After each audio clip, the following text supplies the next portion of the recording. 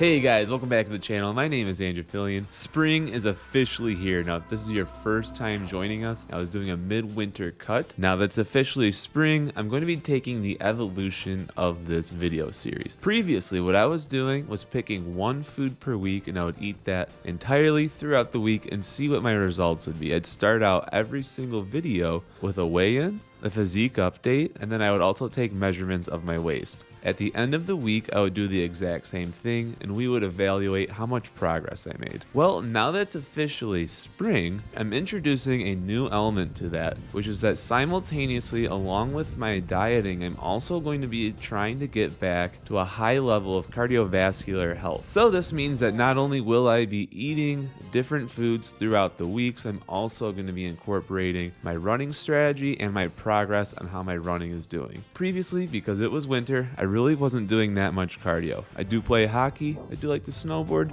but aside from that, I wasn't in the gym doing a lot of cardio because I really don't like stationary cardio, so I just wasn't doing it. Now that it's spring, we're going to be doing a lot of outdoor runs. If you watched my previous video, you know that I just recently got home from vacation. It's inevitable on vacation, we're not on our diet. The weight did go up a little bit, and to counteract that, I'm going back to my roots. I'm doing the thing that I know works absolutely best. In the past, I've done a video where I've eaten nothing but bacon for an entire week. Well, we're doing that again. And what better timing for it than the week of Easter? Easter's all about eating ham, and we're gonna be kicking off ham the best way I know how, nothing but bacon all week. And I'll show you guys how I prepare it. I've gotten a lot better at it since my last video, and I'm gonna show you guys just how much weight you can lose in a short time span by eating bacon. I am very excited. I have a good feeling this video is gonna produce tremendous results. With that being said, guys, let's head over to the living room and get those starting measurements.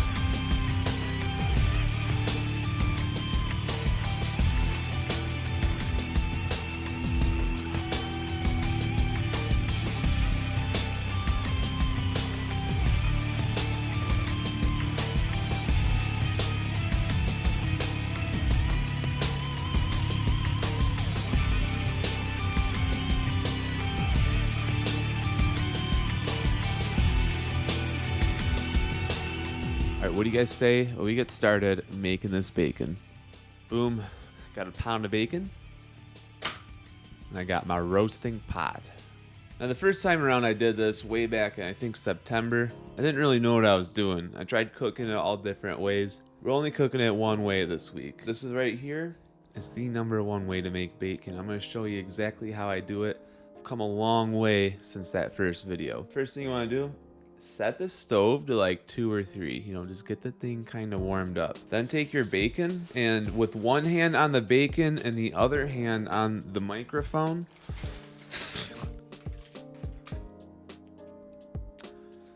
so basically what we're trying to accomplish here, the reason I have it set to low, is that fat melts. I want the fat in the pan to melt so there's a bottom layer of fat for the bacon to cook on. The reason this is so important is because cleaning pans is not fun, and I especially hate it. So I have this set up so that there's a layer of bacon on top of its own fat, separating it from the pan. Once that layer is established, then we crank the heat to around like 7 or 8, and then we use our trusty fork to stir it around. Now, you can also do this with a spoon as a little warning. If you scrape the finish on your roasting pot, it kind of like invalidates the product. You don't actually want the cast iron of your Dutch oven exposed. You still want this ceramic enamel or whatever it's called.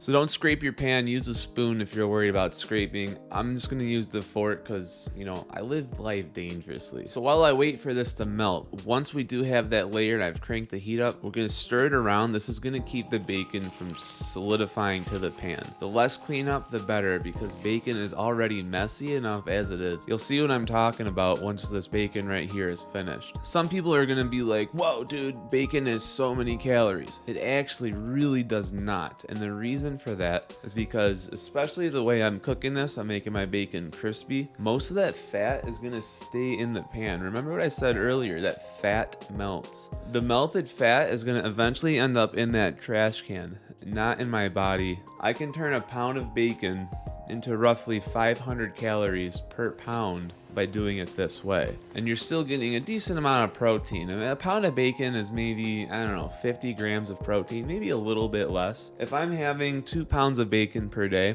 I'm guaranteed to be getting about 80 grams of protein, which isn't a whole lot, but remember, I am doing a cut. So part of the reason I'm doing this video, it's not just to get rid of the vacation weight. I have a wedding coming up in 2 weeks, and if I don't shred down, I'm gonna have a problem because my suit simply does not fit right now. So this is a matter of necessity. I wouldn't necessarily want to be eating like this just for like general purpose training, but when you're on a mission to burn some body fat and like it's an emergency, the bacon protocol is gonna be the #1 thing that I recommend. On top of that, it's Easter week. Who doesn't like having pork on Easter? A few moments later. All right, it's been about 5 minutes. It's still on 2. I want to show you guys what I was talking about. Come here.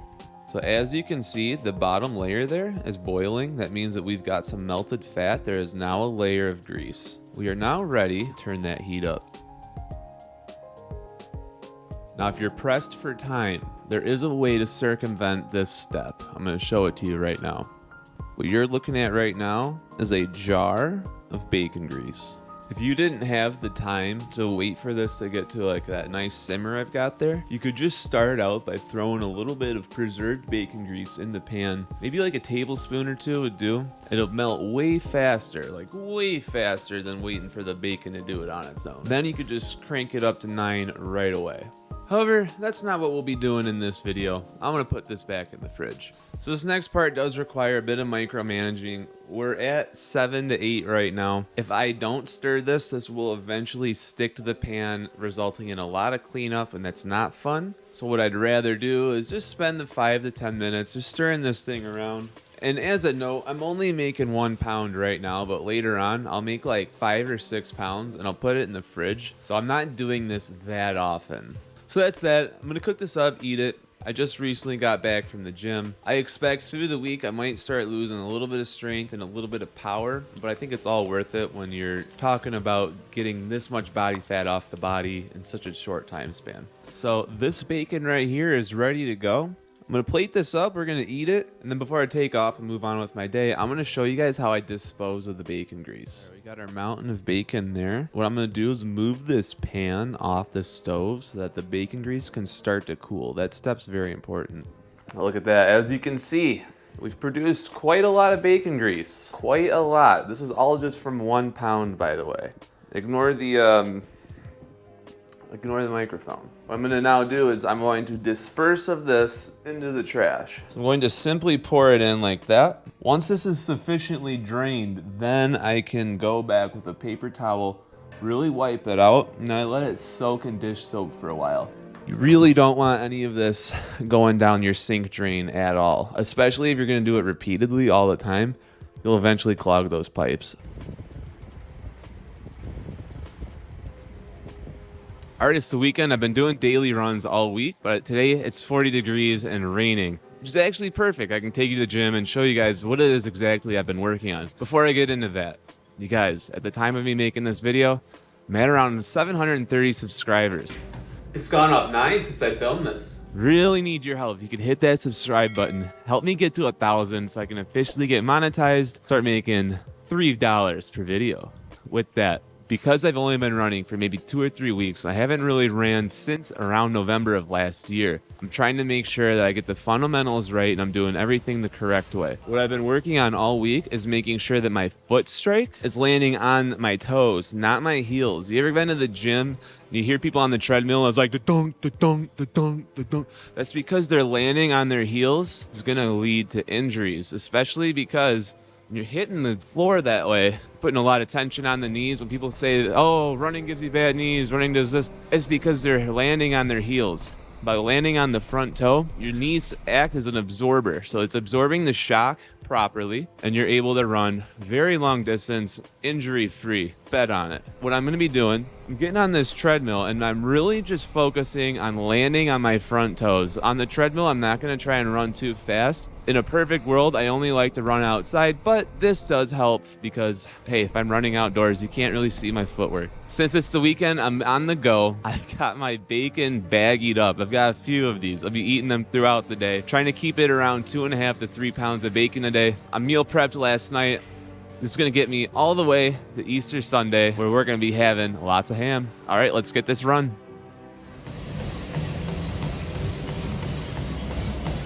All right, happy Easter, everybody. Just got to my parents' place. I've been eating bacon all week. I've also been running all week. Today I set a new record. I ran 5 miles uninterrupted. Totally jazzed up about that. I have not run 5 miles since I did the Thanksgiving race back in November. So we're getting things back on track. Totally stoked. We're about to have dinner, and then after that, a little bit of dessert. With that said, let's dig in.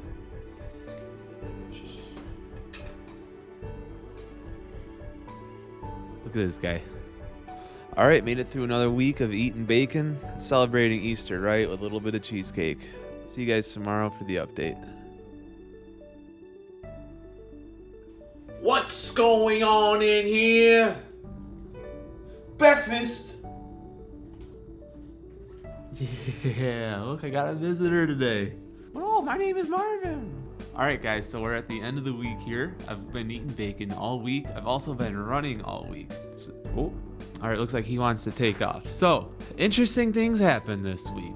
Not only did I lose weight, I lost 3 pounds to the week, which I think is pretty good. And I also got about an inch, maybe an inch and a half off of the waist.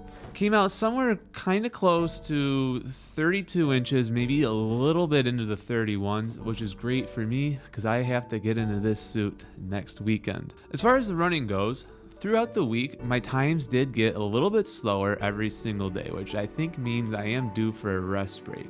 My hardest run of the week, I went out into a nicer neighborhood because I know they have hills there. I wanted to see if I could kind of mix up the terrain and see how that affects things. By the end of that run, I was gassed. But that's good. Introducing challenges like that stimulates growth. Oddly enough, despite the fact that I was a little bit tired that day, Easter morning, I went for a 5-mile run. I felt fantastic the whole time. Granted, the pace on that one was also a little bit slower, kind of hovering around that 10:30 to 11-minute mark. But I went 5 miles and I felt good the entire time. Never really got any strain out of that one, and maybe I could have gone a little bit faster, but I'm happy with that progress because when it comes to weight loss, distance is more important than speed. Reason for that being, if you run hard, you burn out fast, and when it comes to burning calories, the longer you can do your activity, the more calories you're going to burn. I was happy enough running an 11-minute mile because it meant that I was able to get to 5. Maybe if I was running at an 8:30 pace, I might be done at 3, and if you do the numbers there, that'd be running 2 less miles. So I'm happy with the slower pace. Things are going really well. Yesterday I did have a sweet potato and some cake. I noticed this morning's run, those carbohydrates didn't really help as much as I thought they were going to. I still came out at around 11-minute mile this morning, and I think the reason for that might be because I am kind of due for a rest break. And I also did squats this morning before the run, so there's a few factors at play here. But in general, I'm very happy with how I'm progressing in my running. As far as weight loss goes, even though the scale didn't move quite as much as I thought it would, I am pretty impressed that I'm seeing changes in my physique that I wouldn't see otherwise. In years past, when I do a cut like this, I can never see ab definition until I'm around maybe 190 pounds. But I'm already starting to see inkling of ab definition at 202 pounds. I think the running has a lot to do with that. So I'm excited to see how my physique progresses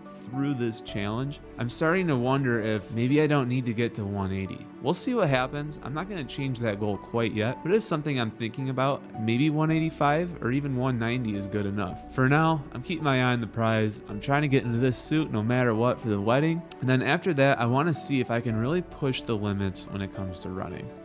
I hope you guys enjoyed this video. If you did, make sure to subscribe to the channel, give the video a like as well. I look forward to seeing you guys next week. And also, since we did a whole week of bacon this video, go ahead and check out the one I originally did in September. That was my first time ever trying carnivore. Come a long way since then, so it'd be kind of fun to see what I knew then and what I know now. With that, guys, I'll see you guys in the next one.